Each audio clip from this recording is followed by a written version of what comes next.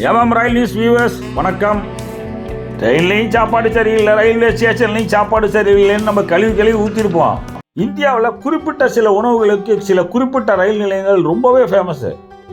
பஞ்சாபில் உள்ள அம்ரிஸ்டர் ஸ்டேஷனு, சீக்கியர்கள் பொற்கோவிலுக்கு போகிற ஸ்டேஷனு. இந்த ஸ்டேஷனில் வந்து லெஸ்ஸி ரொம்ப சூப்பராக இருக்கும். மண்குடுவையில் கொடுப்பாங்க, நேச்சுரலாக ஜில்னஸ் இருக்கும், ரொம்பவே டேஸ்ட்டாக இருக்கும். உத்தரப்பிரதேசம் பரேலி ஸ்டேஷன் பக்கம் போனீங்கன்னா மூங் டால் பக்கோடா வாங்கி சாப்பிடுங்க. வித்தியாசமான டேஸ்ட், ரொம்ப பாப்புலர் பக்கோடா. சுட சுட ஃப்ரை பண்ணி பொட்டலம் போட்டு தராங்க. கடிச்சிக்கிட்டு சாப்பிட்றதுக்கு பச்சை மிளகாவை ஃப்ரை பண்ணி கொடுக்குறாங்க. இந்த ஸ்டேஷன் பேர் டுண்ட்லா, உத்தரப்பிரதேசத்தில் இருக்கு. இந்த ஸ்டேஷனில் அலு டிக்கி ரொம்ப ஃபேமஸ்.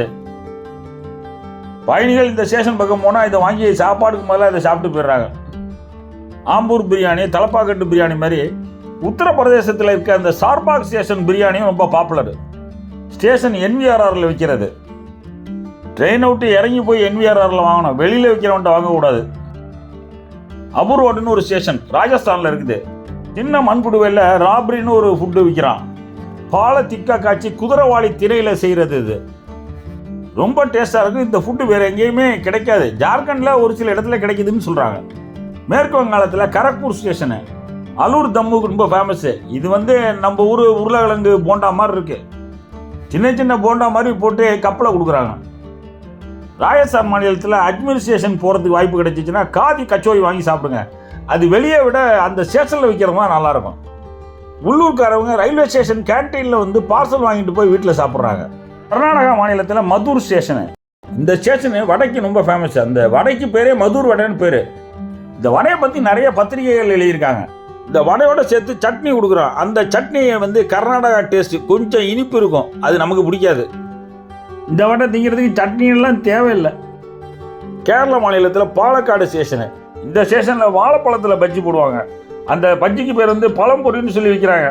போனால் ஒரு முறை வாங்கி சாப்பிட்லாம், ஆனால் கேரளைட்ஸ் நிறைய வாங்கி சாப்பிட்றாங்க. அது பஞ்சாப் ஜலந்தர் ஸ்டேஷனு. இந்த ஸ்டேஷனில் வந்து சோலாபூரியும் சன்னா மசாலாவும் ரொம்ப பாப்புலர். நம்ம போய் அங்கே சன்னா மசாலா சோலாபூரின்னு கேட்டால் தெரிய மாட்டேங்குது அவங்களுக்கு. சோலா பட்டூரேன்னு கேட்டால் தான் கொடுக்குறாங்க. அஸ்ஸாம் மாநிலம் கவுஹாத்தி ஸ்டேஷனுக்கு போனீங்கன்னா மறந்துடாமல் அஸ்ஸாம் டீயை குடிச்சிருங்க. அஸ்ஸாம் டீ வந்து கவுஹாத்தி ஸ்டேஷனில் கிடைக்கும். ரொம்ப சூப்பராகவே இருக்கும் ஸ்டேஷன் டீ. நம்ம ஊர் பக்கம்லாம் வர டீன்னு சொல்லுவாங்க, பால் இல்லாத டீ. லால்சான்னு கேட்டு வாங்கணும், டீன்னு கேட்டால் கொடுக்க மாட்டாங்க. மேற்கு வங்காளத்தில் ஹவுரா ஸ்டேஷனு. இந்த ஸ்டேஷனில் வந்து உணவு நல்லா இருக்குங்கிறது பெரிய ஆச்சரியம். ஹவுரா என்விஆர்ஆரில் உள்ள சிக்கன் கட்லெட் வந்து ரொம்ப பாப்புலர்.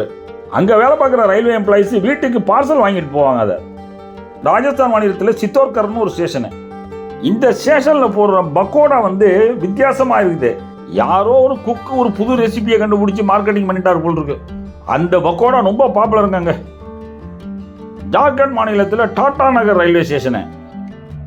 இந்த ஸ்டேஷனுக்கு போனீங்கன்னா மறந்துடாமல் மீன் கறி சாப்பிடுங்க, மீன் நல்லா இருக்கும் அங்கே.